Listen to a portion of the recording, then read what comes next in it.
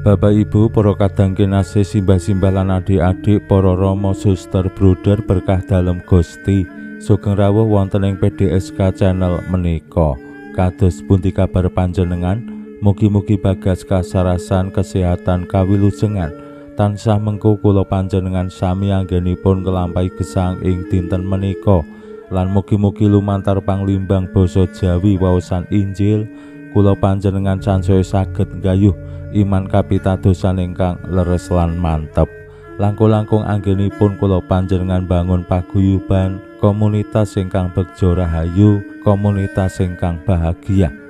Yen kala wingi Gusti Yesus paring pitedah dumateng para murid dalem anggenipun bangun paguyuban komunitas menika linandesan kautaman-kautaman ingkang ngungkuli utawi ngungguli kautamane para imam-imam kepala, ahli kitab lan para parisi. Dinten menika Gusti Yesus ngajak para murid lan sinten kemawon ingkang pitados ing panjenengane meguru marang Gusti. Lan dinten menika kula panjenengan sesarengan pasaman suci sawegung ngriyayakake tias dalem ingkang maha suci, hari raya hati Yesus yang Maha Kudus. Mila Bapak Ibu mirungganipun lingkungan wilayah setasi paroki ingkang ngayom ing tias dalem ingkang maha suci, kula ngaturaken profisiat lan derek bingah awit pesta pangayoman. Mugi-mugi tias dalem ingkang maha suci estu ngluberaken lan ngilekaken toyaning kasucian ingkang mratelakaken panebusan awit welas asih dalem ingkang maha agung tumraping sedaya dosa-dosaning donya, dosa-dosaning umat manungsa. Tias dalem Gusti menika ingkang dados sumber tumraping welas asih lan sih pangapunten saengga kula panjenengan sami ingkang sekeng, ingkang gampil dumawah ing dosa lan ingkang sampun kadosan saged pulih malih dados pribadi-pribadi sing suci.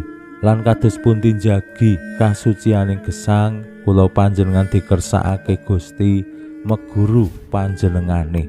Temtu anggenipun meguru marang panjenengane benten kalian yen kula tasih kemutan jaman alit utawi tiang-tiang jaman rumiyin menika do meguru marang wong-wong pinter, wong-wong sing dianggep duwe kasekten utawi nggih tiang-tiang ingkang disepuhake. Lan kathah-kathahipun yen jaman rumiyin anggone meguru ya golek ilmu. Ilmune boten sing utami menika wawasan sing luas, ning ngelmune kanggo bela diri utawi kasekten supaya bisa kanggo cekelan nggo sangu yen bebara, yen lunga-lunga utawi mapan wonten ing papan sing enggal sing dereng nate dinggoni, nggo piandel supaya bisa slamet, bisa ngatasi maneka warni rintangan. Mirungganipun nggih rintangan-rintangan fisik umpamane gelut. Jaman rumiyin menika kathah sing migunakake kasekten nggo golek mungsuh, sanes nggo jaga diri. Boten mekaten tujuane anggone meguru marang Gusti. Kula panjenengan dikersakake meguru marang Gusti supados sansaya saged nuwuh ngrembakake kautaman-kautamaning gesang linandesan kapitadosan dumateng Gusti Yesus. Nah, menapa ingkang dipun paringaken Gusti wonten ing tanda kutip perguruanipun? Monggo kita pirengaken sabda dalem Gusti ing dinten menika lan kita wiwiti kanthi sembahyang sawetawis. Konjo ing asma dalem Hyang Rama saha Hyang Putra tuwin Hyang Roh Suci. Amin.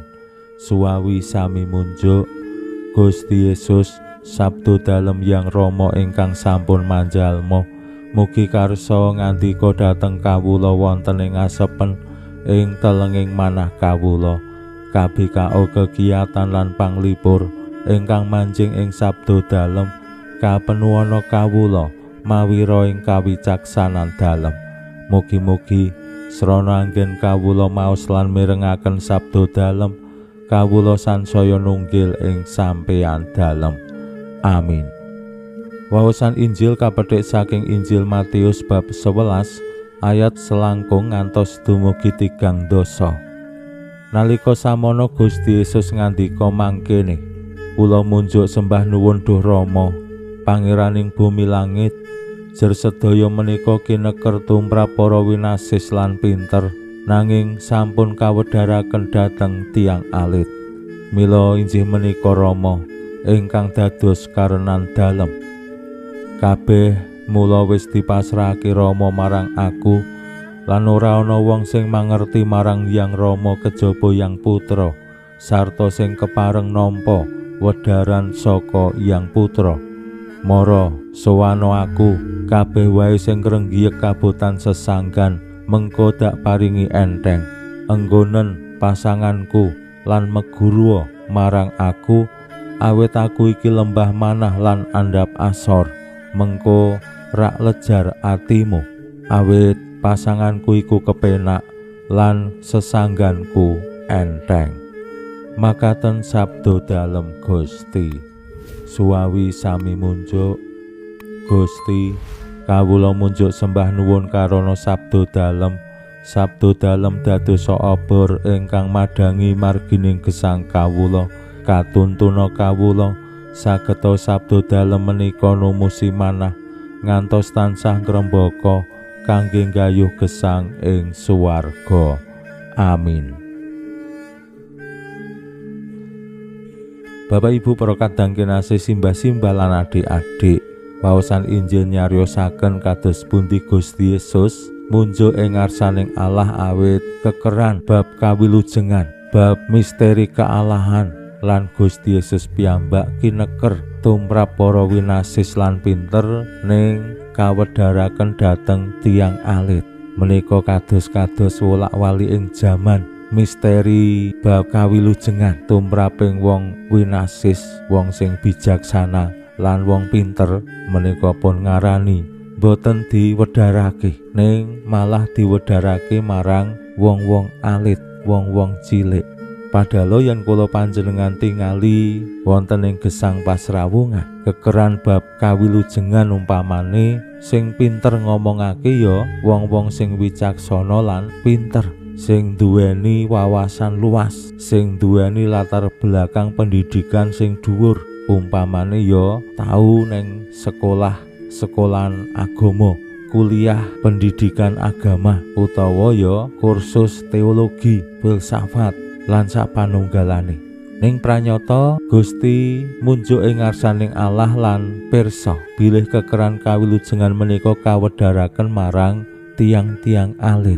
Nah menika mratelakaken bilih awake dhewe yen meguru marang Gusti, awake dhewe sinaune ya marang wong-wong cilik. Menika boten soal teori ning praktek urip, kados pundi pitados ing Gusti Yesus, kados pundi ngayati kawilujengan dalem.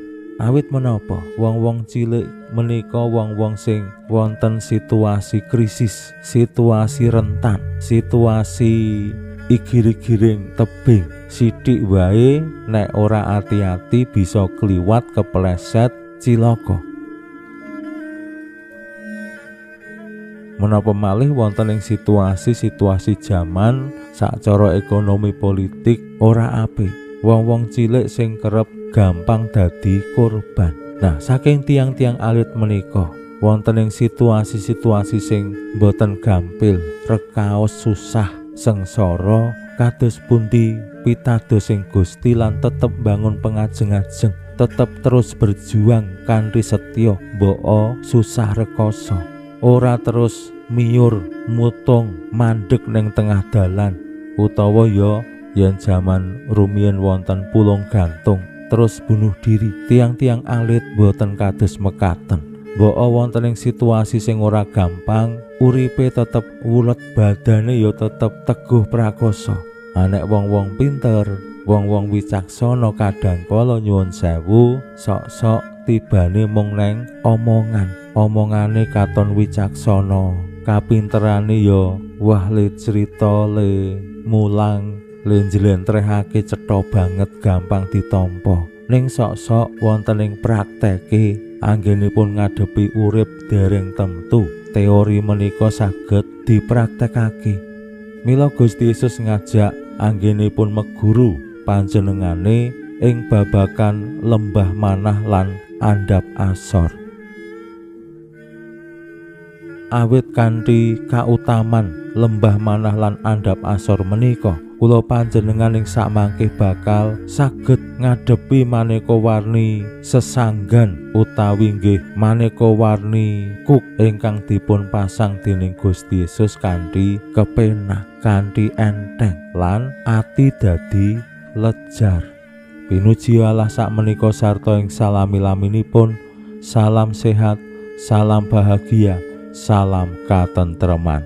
Lan mugi-mugi lumantar panglimbang dinten menika kula panjenengan tansah jinangkung ing berkah dalem Gusti ingkang Maha Kuwasa, Hyang Rama saha Hyang Putra tuwin Hyang Roh Suci. Amin.